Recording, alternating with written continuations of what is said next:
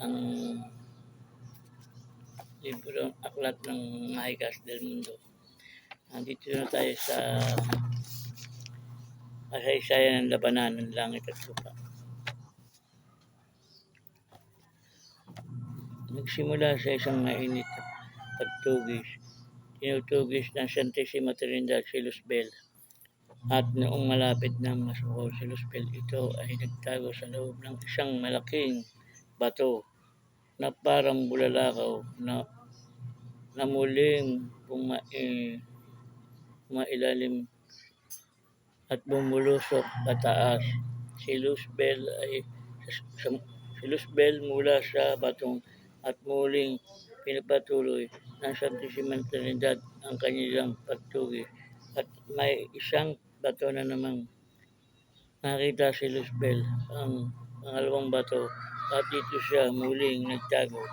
Ito ang pangusap ni Luzbel nang ang bato ay bumukas. Ipsorum, Impacem, Supultac, Egosum, Homo, Domis, Animrac, Heneteum, Eorim, Tambucanus, Piat, Aot, Saak, Tuis.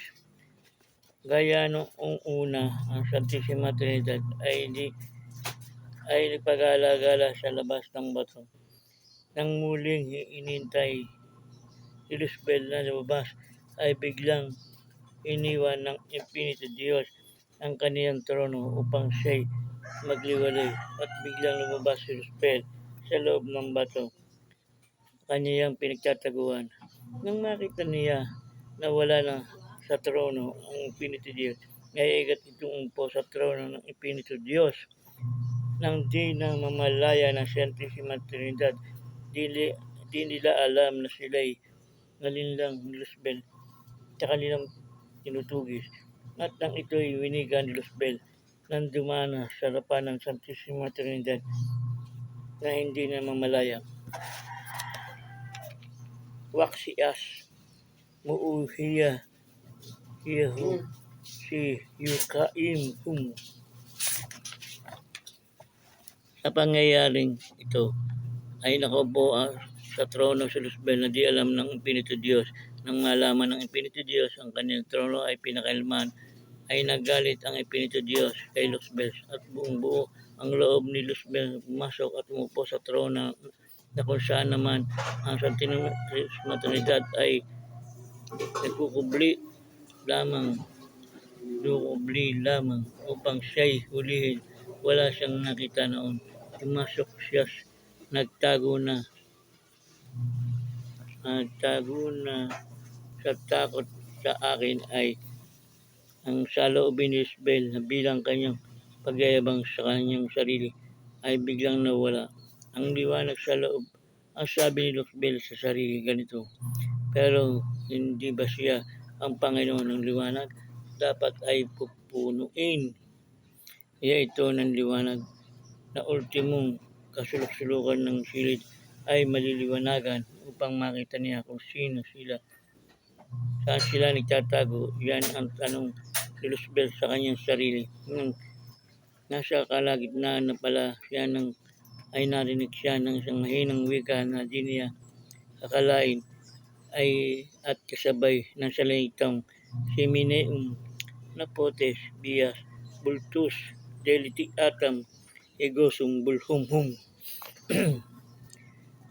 At nang maunahan siya, naramdaman niya hindi siya makagalaw at kukontrahin niya ito ng ganitong wika.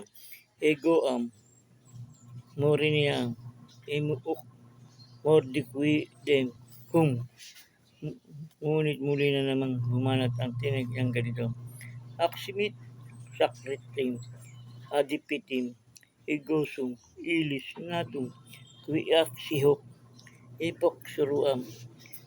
At siya ay nahulog sa pagkakaupo sa trono, at siya ay tumayo, at nagpakahulog sa trono ay bigla siyang natumba at tuloy ng hindi makakilos, at narinig siya ng mahinang halakhak habang bumabalik ang liwanag sa kapaligiran, at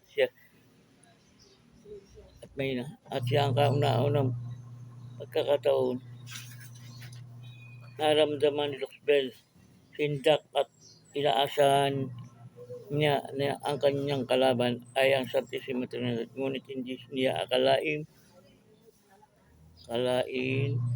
Santidad ang katunggali niya, ngunit sa kanilang pagkapersona biglang Panginoon ng anihan ay biglang lumabas ang kaniyang kinatatakutan. Ang Diyos na pumupugot ng ulo ng Diyos sa ibang Diyos na dili iba. Ito ang tinatawag na tatlong haring kamatayan at ang kahulugan ay ang kataas-taasang makapangyarihan.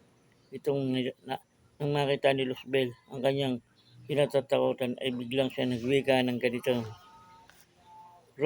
Rogi bato kilmikis nok ibato exe exe mulim tuus tohum. Nang winika ng ito ni Luzbel ay biglang naglaho si Luzbel at muling nagpakita at siya'y nakatakas. At sa ibang kasulatan naman ito ang ganito ang paliwanag mula sa kanilang kinaluklukan ng Espiritu Diyos. At ang gaya ng sinabi na kanina, maski ang ibang pangyayari ay ganito lang importansya na ang ibinigay sa luklukan at trono ng Espiritu Diyos. Kaya natukso si Luzbel ayon sa kasaysayan ng isang nagliwalay ang Espiritu Diyos at ang Birheng Pinita. Sinamantala ito ni Luzbel, sinara ang pintuan ng langit at siya ay naupo sa trono ng Espiritu Diyos. Kaya dali-dali itong bumalik. Anong galit nito nang makita ng Espiritu Diyos ang nakasarado ang pintuan ng langit?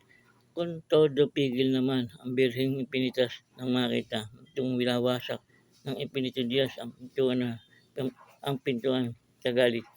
Anak mo rin iyan ang sigaw ng Birheng Ipinita na hindi makapagpigil ng mahal na Birhen. Birheng Ipinita ang Espiritu Diyos ang salita ng mahal na Ipinita ng ganito: Absolvanitus perducatim nos mimisitim igosum pactum ex muliereum. Sa salitang ito ng Birheng Ipinita ay hindi natuloy ang iniisip ng Espiritu Diyos. Nang ito'y masabi ng mahal na Birhen, ay pinag-usapan ng Espiritu Diyos si Luzbel na babawi ng Espiritu Diyos ang kanyang trono. At si Luzbel ay muling naghintay ng panahon kung kailan siya muling maluluklok sa trono. At ganito naman na sinabi sa ibang kasalutan, kaya nabawi ng Espiritu Diyos ang kanyang trono ay ganito ang sinabi. Ito ang pagbawi ng Espiritu Diyos sa trono ay ang Espiritu Diyos ay nagbalat kayong isang napakagandang babae. At ang sabi ng Espiritu Diyos ay ganito: Birotis egum sakuang ilimonisaum siblatus miruam kalistim apodaraim aewi sous ilatim hiptum abisaktim amitam pater ok ihawihu. At naging isang napakagandang babae ang Espiritu Diyos at bumaba sa trono si Luzbel upang sundan ang babae na kanyang nakita at biglang nagsalita ang Espiritu Diyos na nagbalat tayo ng ganito: Aplatus apud Dei angelus natos exe untim sa mercy de aum name electris verbisub igosum beatum humpu. Sa sinabing ito ng Espiritu Diyos ay nagbalik kayo ay naging bumulusok pataas galing pang siyam na bato si Luzbel nang makaakmang na sanang muling susunod. Ang Santissima Trinidad ay nangusap ang Santissima Trinidad ng ganito: Rex Dabu Theorim Deum Salvatorim Meum Adjutor ad tantium Regientibus igosum humanibus.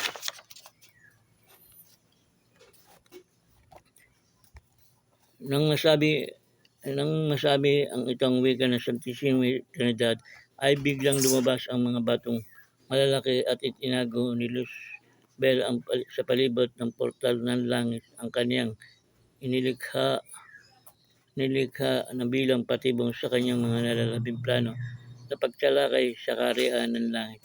Ang nasabing pangyayari ito ay natigilan ang Santisima Trinidad sa kanilang nakita. Bawat batong nakapesto ay nakita nila ang mahabang butot sa likuran ni Luzbel. Ito ang kanyang mga nakalap ng mga tauhan minarapat ng Santisima Trinidad na sumunod na lang sa may bandang kalayuan. Hindi pa nagtatagal ay may nakita silang balong pangbuntot na nanggaling sa naunang mga bato. Ang kanilang napuntahan ay natigalgal. Ang Santisima Trinidad sa nakita nilang kanilang pinatutunguhan. Ang pinakamaningning na bato ay ang kalangitan, ang palasyo ng konseyo, sapagkat ito ang plano ni Luzbel. Isagupuan niya ang kanyang mga rebelding hukbo sa Espiritu Diyos, at habang ang mga ito ay abala sa paghamo, siya ang mag-iisang papasok sa palasyo at mula sa likod na atake sa lingid sa kaalaman Luzbel. Ang Espiritu Diyos ay nawawatasan ang kanyang bala at ipinasya ng Espiritu Diyos na hatiin ang kanyang pwersa sa langit. Ang 7 kanunuan ng kanilang pagkapersona bilang 7 arkangeles ang namumuno sa angeles, samantalang ang natitira pang membro ng Espiritu Diyos ay nagbabantay sa palasyo. Kaya noong lumusob na ang pwersa ni Luzbel sa ika-10 bato, ay napasubo ang mga ito sagad sa labanan.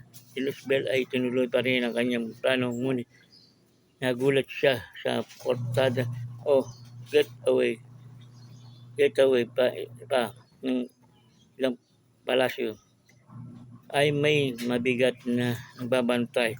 Ang 2 matatanda ang nasyang nakahawak sa araw at buwan. At ayon sa isang kasulatan, ito rin ang nagbabantay sa portada ng palasyo, ang araw at ang buwan. Tinantiyan ni Luzbel na kung siya ay isa-isang labanan ay patas, maaaring kayanin niya ang mga ito. Pero paano pag nagsanib na ang 2 matanda sa kanilang kapangyarihan? Baang, maang, bae, si iming kuami, pintuang, may siyang maang, baam, 2 nunong matanda laban sa isa, siguradong matatalo ako. Yan ang sabi ni Luzbel sa kanyang sarili. Ang pangyayaring ito ay mas mabuti niya magtago at magmasid muna. Hindi naman magtatagal ay labas ang 7 arkanghel. Nasa huli ng kanyang kahaliling namumuno sa mga ito ay si Amali San Miguel. Sa lahat ng mga arkanghel, si Amali ang nakamukha ni Luzbel, at dito nagkaroon ng ideya si Luzbel. Kinopya na si San Miguel at imamit ng kanyang karunungan at wikang ay ganito. Magandang umaga sa inyo mga kapatid. Hanggang dito muna tayo. Sa susunod na uli ating tutuloy ang ating binabasang ang aklat ng Micah del Mundo. Magandang umaga mga kapatid sa spiritual. Dito lang muna tayo.